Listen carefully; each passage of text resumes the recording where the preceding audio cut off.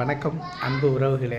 இன்றைக்கி ட்ரெண்டிங்காக போயிட்டுருக்கிற இந்த ஹிந்தி, தமிழ், இங்கிலீஷ் இப்படி இந்த மாதிரிலாம் திணிக்கிறது, இந்தியை திணிக்கிறாங்க, இந்த மாதிரிலாம் சொல்லிக்கிட்டு இருக்காங்களே. அதாவது ஹிந்தி நம்ம கற்றுக்கிறது நல்ல விஷயந்தான். இப்போ அண்டை மாநிலத்தில் கேரளாவில் பார்த்திங்கன்னா மலையாளம் அங்கே மெயின் இருந்தாலும் ஹிந்தியும் அங்கே இது பண்ணுறாங்க. அது ஒரு சப்ஜெக்ட் மாதிரி தான் பண்ணிக்கிட்டு இருக்கிறாங்க.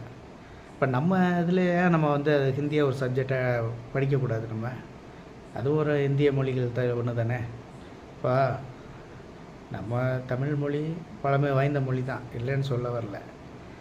ஒன்றும் இல்லைங்க, பக்கத்தில் நம்ம நம்ம ஸ்டேட்லேருந்து கொஞ்சம் தள்ளி போனோம்னாவே என்ன பேசுகிறாங்க, என்னது நம்ம என்ன தான் படிச்சிருந்தாலும் ஆனால் அங்கே போனால் படிப்பறிவு இல்லாத தற்குறியாக தான் நம்ம இருக்கிறோம். இப்போ ஒரு நீட் தேர்வுக்கே நம்ம ஊர்லேருந்து ஒரு பையன் போகிறான். இங்கே தமிழ்நாட்டில் போட்டால் பிரச்சனை இல்லை, அண்டை மாநிலங்களில் போடுறாங்க. அவன் போய் என்ன பண்ணுவான்? இங்கிலீஷ் ஓரளவு எல்லா பிள்ளைங்களும் இங்கிலீஷ் இது பண்ணுறாங்க. இங்கிலீஷ் மீடியத்தில் படிக்கிற பிள்ளைங்க இங்கிலீஷ் இது பண்ணுறாங்க.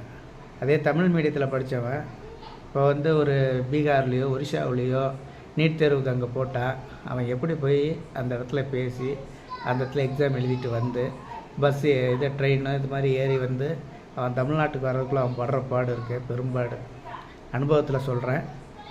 நான் சொல்கிறது எதுவும் தவறாக இருந்தால் மன்னிக்கவும்.